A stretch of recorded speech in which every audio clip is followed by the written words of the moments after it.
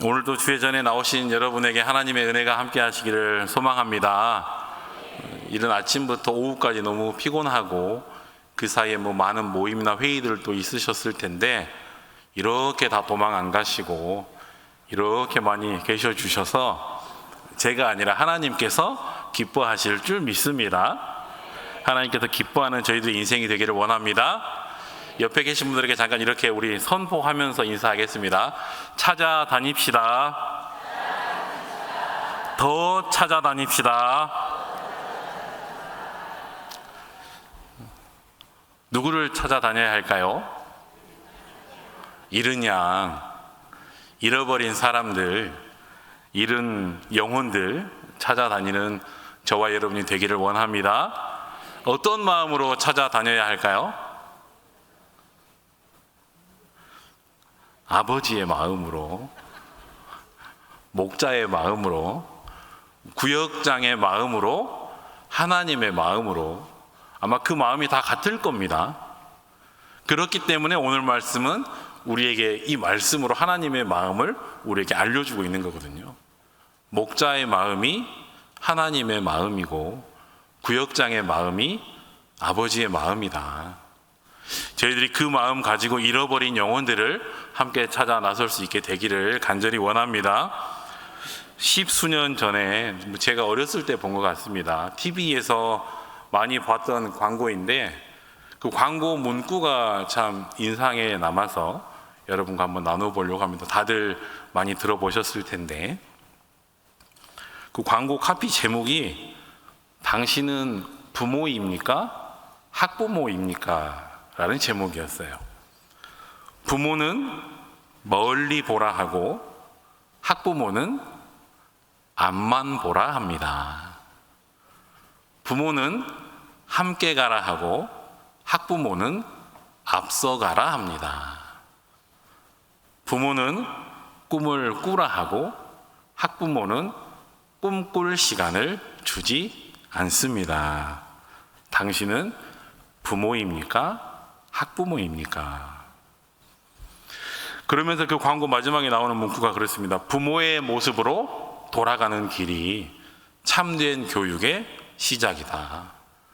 그 부모의 마음 앞서가지 말고 친구들과 함께 가. 막 지금 당장 시험 성적에만 얽매여서 앞만 보고 달리지 말고 멀리 보면서 너의 꿈을 찾아서 열심히 달려가기를 응원해. 이 부모의 마음으로 돌아가는 것이 참된 교육의 시작이라는 거예요. 그런데 당장 저도 아이가 둘이 있는 학부모지만 학부모가 되니까 그렇지가 않더라고요. 그러기가 쉽지가 않아요. 같이 가는 것보다는 내 아이들, 내 딸들이 더 앞서갔으면 좋겠고 이 아이가 10년, 20년 후에 크게 건강하게 자라는 아이로 자라는 것보다 지금 당장 100점 맞는 아이가 되었으면 좋겠고 아이가 막 9시부터 다음날 9시까지 쿨쿨 자는 것보다 새벽같이 일어나서 공부하면 참 좋겠다.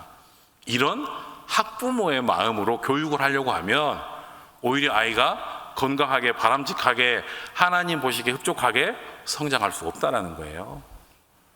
지금 당장 내 욕심에 채워지지 않는다 할지라도 그 아이가 친구들과 함께 가도록 하고 조금 더 멀리 바라보며 걸어갈 수 있도록 하고 조금 더 잠을 자더라도 그 아이가 마음의 비전과 꿈을 품을 수 있는 그 시간을 허락해 주는 것이 참된 교육의 시작이다.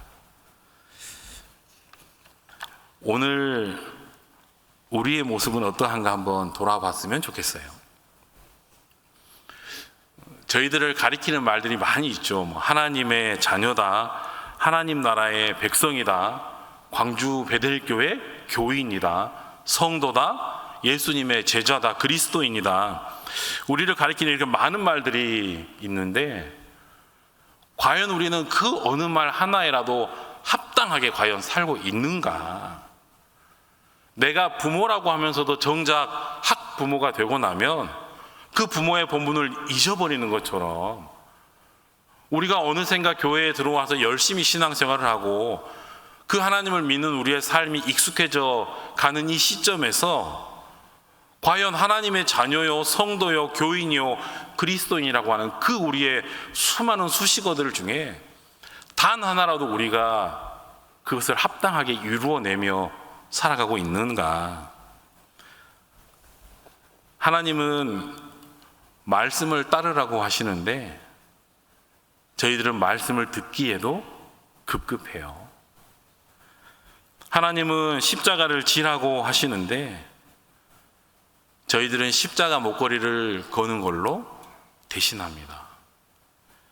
하나님은 기도하라고 하시는데 우리는 기도의 응답만 기다릴 때가 있습니다. 삶이 예배가 되도록 살아가라고 하시는데 일주일에 한 번 드리는 예배로 족하다고 말씀드릴 때가 있어요. 하나님은 섬기라고 하시는데 우리는 섬김 받기를 원하고, 하나님은 종이 되라고 하시는데 저희들은 주인이 되고 싶을 때가 너무나 많이 있습니다. 하나님께서는 하나님의 말씀을 기준으로 삼고 살아가라고 하지만 저희들은 내 기준에 하나님의 말씀을 맞춰 넣을 때가 있습니다. 과연 오늘 우리의 모습은 어떠한가? 오늘 우리의 정체성은 무엇인가? 진짜 성도답게, 진짜 하나님 나라의 백성들답게, 진짜 그리스도인들답게 살아갈 수 있는, 또 살아가기 위해서 애쓰고 노력하는 우리 베델 공동체가 될 수 있기를 간절히 원합니다. 그런데 여러분, 오늘 우리가 읽은 말씀, 잃은 양의 비유, 양이 99마리고 그 바로 뒤에 보면 또 드라크마를 잃어버리고 그 뒤에 보면 잃은 아들의 비유, 이 잃은 세 가지의 비유가 줄줄이 등장하는데 오늘 이 말씀에도 살펴보면 우리의 정체성이 무엇인지 하나님께서 우리에게 말씀하시는 부분들이 있습니다.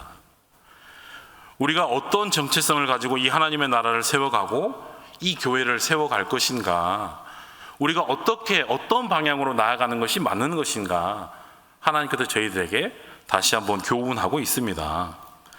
오늘 우리가 읽기는 15장을 읽었는데 안 찾아보셔도 됩니다. 14장의 내용을 보면 이런 내용들이 등장합니다. 예수님께서 어느 한 바리새인의 집에 초대받아서 그 바리새인의 집에 가서 식사를 하게 됩니다. 많은 율법 교사들과 함께 의리의리한 집이겠죠. 예수님을 초대할 정도로 높은 그 바리새인, 그 집에 가서 예수님께서 같이 떡을 나누시면서 그 바리새인들에게 몇 가지 교훈을 하십니다. 여러 가지 비유를 들어서 말씀을 하시는데 그 교훈들을 정리해 보면 이렇습니다. 예를 들어서 안식일을 지키는 율법보다 사람을 살리는 일이 매우 중요하다. 혹시 너희들 높은 자리, 낮은 자리에 앉을 기회가 있다라면 높은 자리에 앉지 말고 낮은 자리에 앉아라. 그리고 너희들 나 오늘 이렇게 초대해서 나와 같이 식사를 했는데 다음에 점심에 저녁에 너희들이 또 누군가를 초대할 자리가 생긴다면 그때는 높은 사람, 부자들 초대하지 말고 가난한 사람, 병든 사람, 앞을 보지 못하는 사람, 너희들이 손가락질하는 창기, 세리, 그런 사람들을 불러다가 초대해서 같이 밥 먹어라. 그러면서 하시는 말씀이 너희들처럼 하나님 나라의 초대를 받고서도 온갖 핑계를 대면서 거부하고 거절하고 순종하지 않으면 하나님의 나라에 너희들이 멸시하는 그들이 대신 들어갈 것이다. 그러니 너희들이 이 땅 가운데 살아가면서 너희들이 가지고 있는 거 다 내려놓고 자기 십자가를 지고 살아가야만 예수님의 제자가 될 수 있다. 이 말씀을 14장에서 하셨어요. 만약에 이걸 예수님이 설교를 했다, 최소 2시간짜리 설교입니다. 그렇게 바리새인들하고 말씀을 나누셨어요. 그리고 이어지는 말씀이 오늘 본문 말씀이에요. 예수님께서 이 바리새인들과 함께 말씀을 나누시고 나와서 밖에서 이제는 가난한 그리고 세리와 죄인들과 함께 음식을 나누며 대화를 하게 되었습니다. 그 모습을 보고 방금까지 예수님과 함께 말씀을 나눴던 바리새인과 서기관들이 이렇게 이야기를 하는 거예요. 예수가 죄인을 영접하고 그들과 함께 음식을 먹는다. 방금 우리랑 말씀을 나눴던 그 예수가 죄인을 영접하고 그들과 함께 음식을 나누어 먹는다. 오늘 보면 그렇게 기록하고 있거든요. 그 말은 무슨 말이냐면 예수님이 우리 같은 사람들이랑 밥을 먹어야지. 소위 유대 종교 지도자들, 끝발 있는 사람들, 영향력 있는 사람들, 예수가 우리 같은 사람들이랑 어울려야지. 차를 한 잔 마셔도 우리 같은 사람들이랑 어울려야지. 무슨 저런 사람들하고 어울리느냐고. 우리랑 격이 안 맞네. 그렇게 예수님과 그 주변에 있는 소외받는 자들을 조롱하고 있는 장면이 등장합니다. 여러분, 당시 죄인이라고 하면 어떤 사람들일까? 그냥 우리가 생각하는 절도하고 강도하고 사기치고, 물론 그런 분들도, 그런 자들도 다 죄인이죠. 그런데 성경에서 말씀하시는 그 죄인이라 함은 상징적인 어떤 몇 부류의 사람들이 있습니다. 성적으로 타락한 창기들, 또 이웃에게 해를 끼친 강도들, 이방인이나 혼혈인, 나병이나 혈루병, 당시에 불치병으로 알려졌던, 그래서 하나님께로부터 벌을, 재앙을 받았다라고 여겨지는 사람들, 가난해서 정결 예식을 치를 수 없었던 사람들, 그리고 배우지 못해서 하나님의 율법, 토라를 알지 못하는 사람들, 그 사람들을 죄인으로 여겼습니다. 그리고 오늘 말씀에 있는 대로 세리, 세금을 걷는 세리도 죄인의 한 부류로 여겨졌습니다. 지금으로 말하면 세무서나 세무사무소에서 일하는 되게 좋은 직업 같은데 왜 당시에 세리를 그렇게 죄인으로 취급했던가? 당시 로마 제국에서 세금을 걷는 일을 로마 사람들을 시켜서 하지 않고 현지 유대인들에게 하청을 주었습니다. 그러니까 그 세금을 거둘 때 쉽게 우리로 표현하자면 일제 강점기 시대에 그 앞잡이들처럼 우리 같은 민족의 등골을 뽑아 먹었던 그 사람들처럼 당시 이 세리가 비춰졌다라는 거예요. 깎아줄 리가 없죠. 로마가 정해놓은 그 관세 세율이 있을 텐데 정확하게 그만큼을 걷느냐, 그 이상으로 이 세리들이 세금을 걷는 겁니다. 같은 민족인데 찾아가서 그 이상으로 세금을 걷는 거예요. 정해진 세금을 로마 나라에 바치고 그 나머지를 자기가 다 찾고 가는 겁니다. 그렇기 때문에 이 세리를 당시의 회당이나 성전에서는 아예 부정한 자로 여겨서 출입 자체를 못하게 할 정도로 죄인으로 여겨지는 사람이에요. 그래서 예수님께서 앞선 14장에서 그 바리새인들과 식사를 하시면서 말씀하셨습니다. 율법보다 사람이 중요하고 높은 자리보다는 낮은 자리에 가고 높은 사람들보다는 낮은 사람들과 친해지고, 그리고 하나님의 그러한 사명과 부르심 앞에 다른 핑계나 어떤 변명을 하지 마라, 그렇게 말씀을 하셨습니다. 그런데 지금 막 그 말씀을 하고 나오셨는데, 그러니까 지금 막 들어가서 하신 말씀들이 방금 말씀드렸던 강도들, 창기들, 세리, 또 정결 예식을 못할 정도로 가난한 사람들, 못 배운 사람들, 그들 괄시하지 말고, 멸시하지 말고, 천대하지 말고, 자꾸 손가락질 하지 말고, 그들과 어울린다고 같이 싸잡아가지고 저 사람도 안 될 사람이네, 저 놈도 안 될 똑같은 놈이네, 이렇게 하지 말고 너희들이 먼저 찾아가서 그들 손 내밀어 주고, 당장 오늘 점심에라도 초대할 계획이 있으면 그들 불러다가 밥도 먹여주고 대화를 하고 그들과 함께 어울리라, 지금 막 이야기하셨는데, 그러고 나오자마자 이들이 전혀 하나님의 그 예수님의 가르침을 귀에 새기지 않고 그저 자기 안에 있는 그 기준으로, 야, 예수가 저런 사람들이랑도 밥을 먹네, 아니 저런 사람들이랑도 예수가 이야기를 하네, 격이 안 맞네. 앞으로 예수랑 못 놀겠네. 저런 사람이랑 못 어울리겠네. 이렇게 비아냥거리고 조롱하고 있다라는 말씀입니다. 그러자 예수님께서 예수님이 왜 그렇게 하시는지 그 이유를 설명하시기 위해서 하나님의 나라가 어떤 모습이어야 하는지를 설명하기 위해서 우리 광주 베델교회가 앞으로 어디로 나아가야 할지 그 방향을 가르쳐 주시기 위해서 이 교회를 섬겨가는 하나님의 백성이요 성도요 그리스도인인 우리가 앞으로 어떻게 살아가야 할지를 가르쳐 주시기 위해서 15장 3절 하반절에 있는 그 세 가지 유명한 비유에 대해서 말씀하고 있습니다. 그러니까 이 세 가지 비유는 예수님께서 지금 말씀을 나누고 계셨던 세리와 죄인들에게 들려주시는 말씀이 아니에요. 세리와 죄인들에게 말씀을 나누고 있는 그 장면을 보고 그 모습을 조롱하고 비아냥하는 바리새인과 서기관, 그들에게 들려주시기 위해서 이 세 가지 이른 것들의 비유를 주시고 있습니다. 이 말씀을 받기 이전에 저희들이 우리가 지금 누구인지를 먼저 바라볼 수 있었으면 좋겠습니다. 우리는 지금 예수님과 말씀을 나누고 있는 세리와 죄인들인지, 아니면 그 세리와 죄인들과 말씀을 나누고 있는 예수님을 바라보면서 그 예수님과 그 무리를 조롱하고 있는 바리새인들인지, 오늘 이 세 가지 비유의 말씀을 오늘 우리가 꼭 들어야 할 사람들인지 우리 스스로를 돌아보면서 오늘 말씀을 대할 수 있게 되기를 바랍니다. 첫 번째 비유가 오늘 우리가 읽은 비유입니다. 어떤 사람에게 양이 100마리 있다라는 거예요.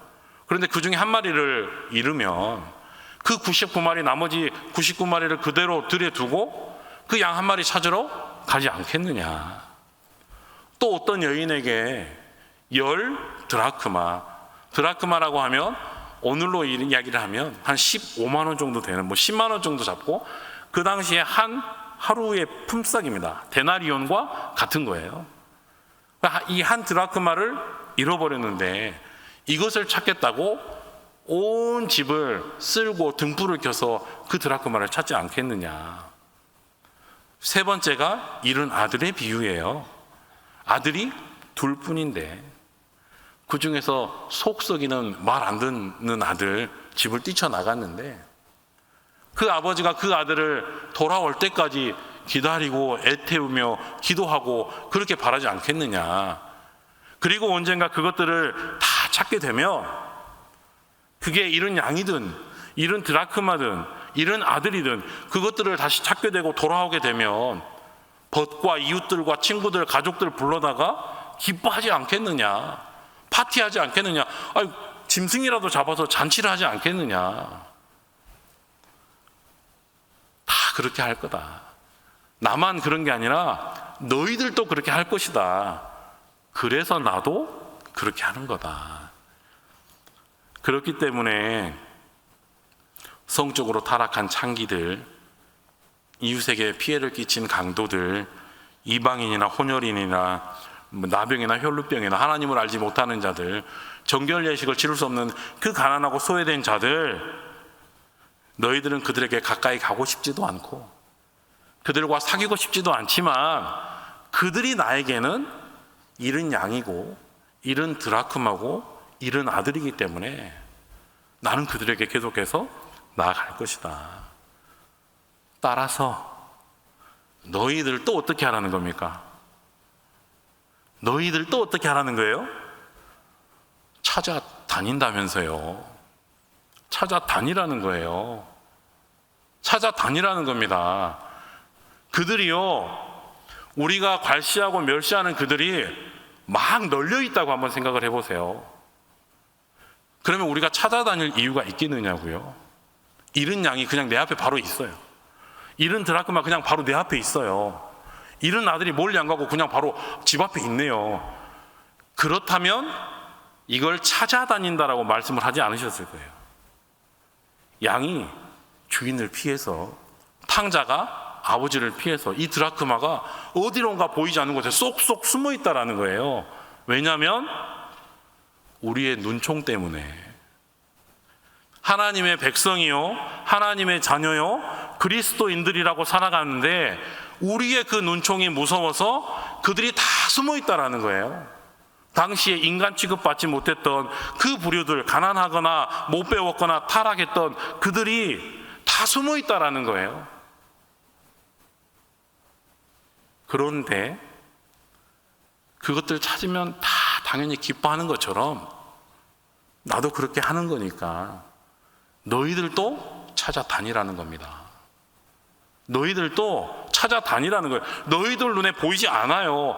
그들이 잘못은 내가 했는데 그들이 그냥 스스로 그 자책감 때문에, 스스로 죄인이 된 그 심정 때문에 사회에, 세상에 막 돌아다니지 못하고, 사람들 사이에 막 돌아다니지 못하고, 교회에도 들어오지 못하고, 그렇게 세상 어딘가에 어두운 곳에, 음침한 곳에, 힘겨운 곳에 숨어 있다라는 거예요.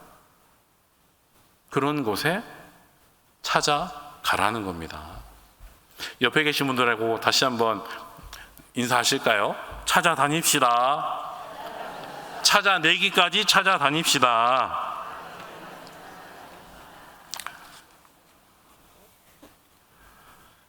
예수님 당시에는 그런 사람들이 죄인들이었어요. 그리스도인들이 그런 사람들을 죄인들로 여겼다라는 거예요. 그런데 오늘날도 형태만 달라졌을 뿐 이 교회 안에 우리 그리스도인들에게 그러한 시선이 똑같이 있다라는 겁니다. 사회적으로 실패한 사람들, 노숙인들, 혹은 미혼모나 가정이 깨진 사람들, 우울증이나 불안장애나 마약이나 알코올에 중독된 사람들, 스스로 자해, 자살을 경험했던 사람들, 성소수자들, 범죄를 저질렀던 전과자들, 출소하신 분들, 그리고 우리와는 다른 종교적 신념을 가지고 있는 타 종교인들, 이단에 빠진 사람들, 우리는 그들을 죄인으로 여기고 있어요. 그래서 그런 사람들하고 목사님이 밥 먹고 차 마시면 뒤에서 흉보입니다. 뭔 목사가 저런 사람들하고 어울린대? 우리 구역장들하고 밥 먹기도 바쁜데, 저 사람 저거 신천지라고 소문난 사람인데 나왔다고는 하는데 우리가 저거 나왔는지 안 나왔는지 어떻게 하나? 목사가 저런 사람하고 얼씬도 하면 안 되지. 저 목사까지 저거 오염된 거 아닌가? 감염된 거 아닌가? 저러다가 우리 교구 다 홀라당. 웃기지만 슬픈 이야기예요. 오늘 우리가 교회 안에서도 그렇게, 예를 들어 비유로 설명을 하자면 그렇다라는 겁니다. 교회 안에서 그 예수님께서는 그 냄새나고 사람들이 찾지 않은 곳들까지 다 쫓아다니면서 그들을 한 명이라도 찾아내기 위해서, 그래서 이 하반절의 말씀들을 살펴보면 그 한 명, 그 한 영혼, 이단에 빠졌다가 돌아오는 한 영혼, 혹은 우리 교회를 다니다가 시험 들어가지고 상처받아가지고 떠났던, 그 쉬고 있던, 나는 종교 없어, 나는 하나님 안 믿어, 나는 예수쟁이들만 보면 목이 메이는 사람이야, 이렇게 말하는 분들이 1년, 2년 후에 교회에 오면 하나님이 우리 모여있는 2,000명보다 그 한 영혼으로 말미암아 더욱 기뻐하신다라고 말씀하고 있는데, 하나님께서 그렇게 기뻐하실 영혼들을 저희들은 2000년이 지난 지금까지도 정죄하며 멀리하며 배척하고 살아가고 있다는 사실입니다. 저희들 안에 찾아가지 않아도 될 사람이다, 이런 벽을 치지 않기를 바랍니다. 하나님 아버지께서는 어떤 영혼도 찾아가지 않아도 될 영혼이 없으십니다. 하나님 아버지께서는 어떤 영혼도 지옥에 보낼 영혼이 없다고 말씀하시잖아요. 우리 가운데 하나님께서 주시는 때로는 불편한 마음들이 있을 수 있습니다. 때로는 위험하게 느껴지는 마음들이 있을 수 있어요. 그럼에도 불구하고 그들을 품을 수 있는 마음을 달라고 기도할 수 있기를 바라고요. 그들에게 다가가서 손 내밀 수 있는 저와 여러분이 될 수 있기를 간절히 원합니다. 관심을 갖고 그들과의 거리를 좁히고 그들에게 가지고 있는 편견을 내려놓는 것, 그리고 그들과 함께 살아주면서 그들을 위해서 기도하는 저와 여러분이 될 수 있기를 원합니다. 오늘 우리가 읽은 그 첫 번째 비유, 잃은 양의 비유를 다시 한번 생각해 보려고 합니다. 양의 주인에게 100마리의 양이 있는데 그 중에 한 마리를 잃었다는 거예요. 그러면 99마리를 어디에 갖다 놓고 찾으러 가야 될까요? 어디다 넣어놓을까요? 안전한 우리에다가 넣어놓고 가야 될 거 아닌가요? 그래요. 세 분이 눈을 감기 시작하셨습니다. 성경에 그렇게 기록이 되어 있으면 이건 오해가 하나도 없는 말씀이에요.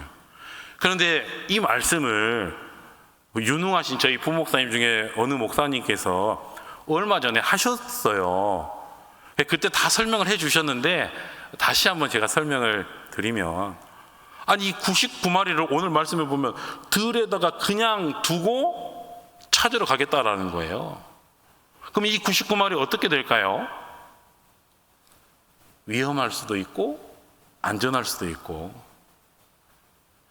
그걸 곰곰이 한번 생각을 해봤어요.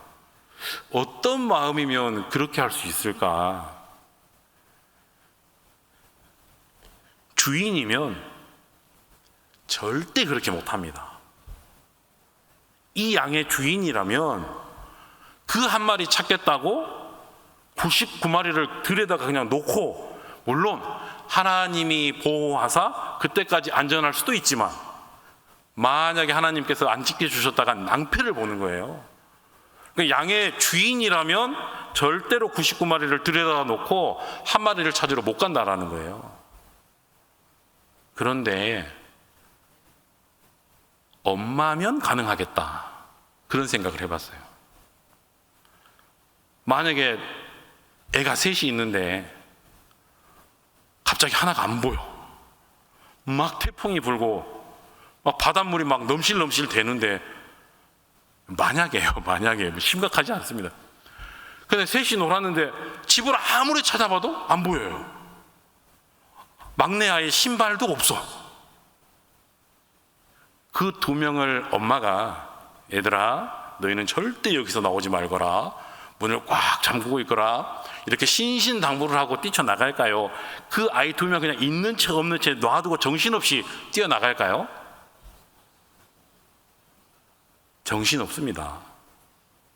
정신없어요. 제가 겪어보니까 그래요. 지난주에 막 그 대선이랑 이렇게 연휴가 있었잖아요. 아이를 데리고 이제 저기 처형네 집에 가서 처형네 조카들하고 자전거를 잠깐 태웠어요. 근데 저희 막내 딸이 타다가 넘어진 거예요. 멀리서 봐도 피가 보입니다.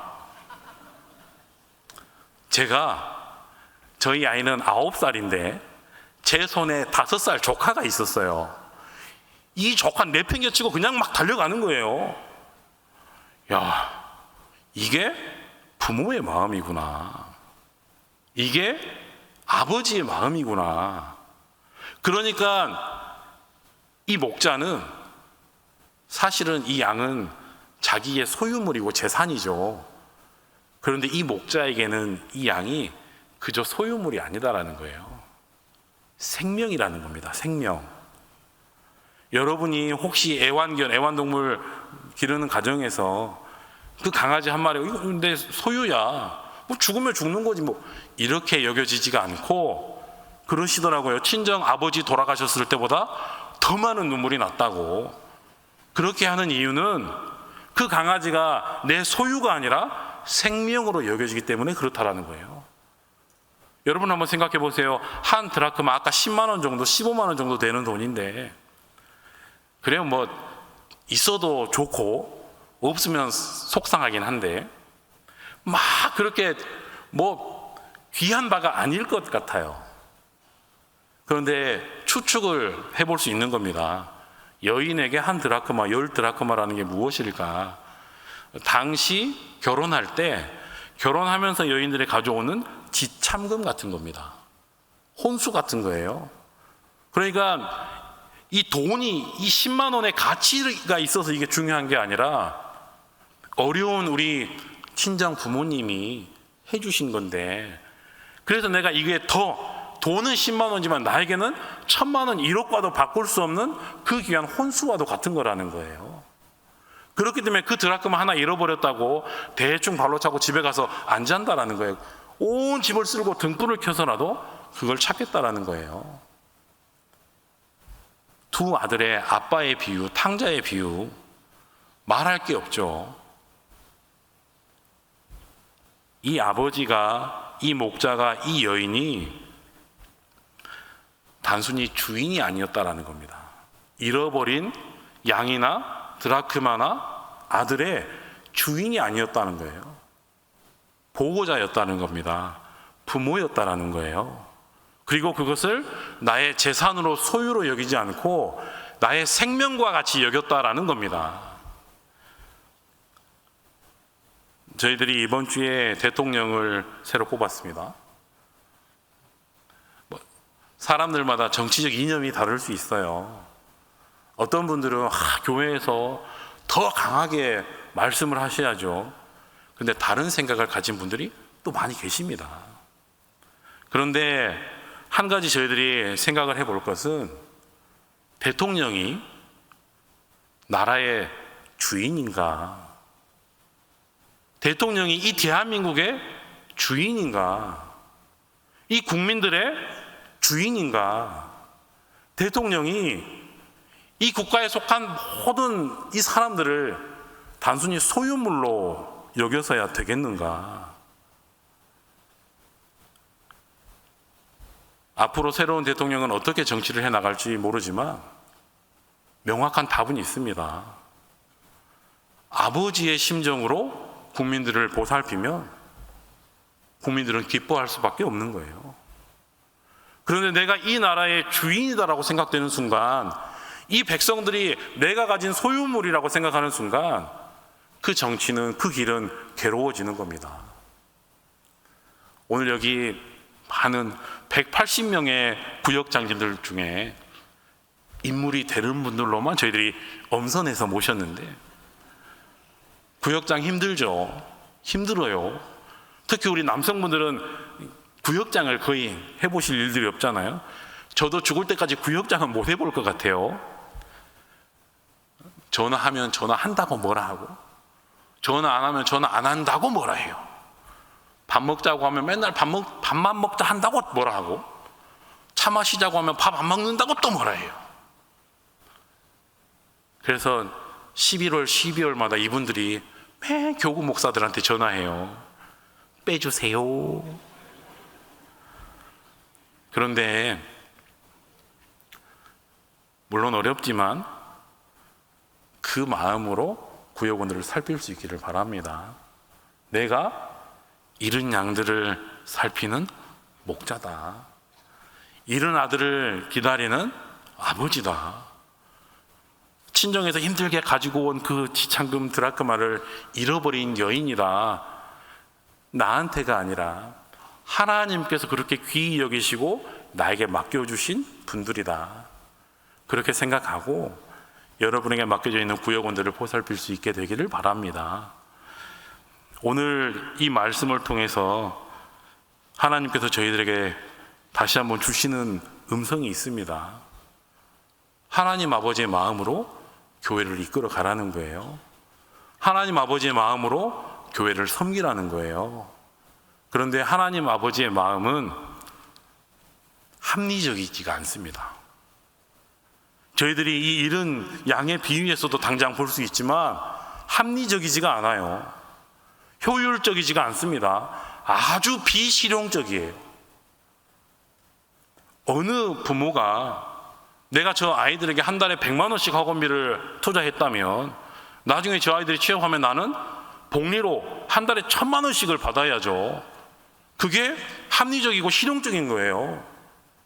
그런데 결혼해서 애들까지 봐주고 그 손주들 등록금까지 대주고, 여러분, 아버지의 마음은 결코 합리적이지가 않습니다. 효율적이지 않아요. 저희들의 계산과 전혀 맞지 않습니다. 예수님이 그렇게 저희들에게 찾아오셨어요. 아무 가치 없는, 세상에 다 외면하는, 결코 하나님의 나라에 들어갈 수 없는 저희들이지만 그 당신의 생명까지 포기하면서 저희들을 구원해 주셨다라는 사실입니다.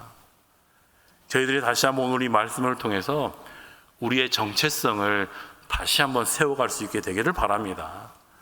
우리가 정작 품어야 할 사람들, 우리가 정작 손 내밀어야 할 사람들, 정작 우리의 도움에 그 따뜻한 눈빛이 필요했던 그 사람들에게 우리가 오히려 눈총을 보내고 우리가 외면하고 같이 우리끼리 그룹을 지어서 그들을 배척하지는 않았는지 돌아보면서 우리의 남은 생애를 조금이라도 더 하나님 닮아가는 그런 삶으로 살아낼 수 있는 우리 광주 베들교회 모든 성도들이 되시기를 간절히 축원합니다.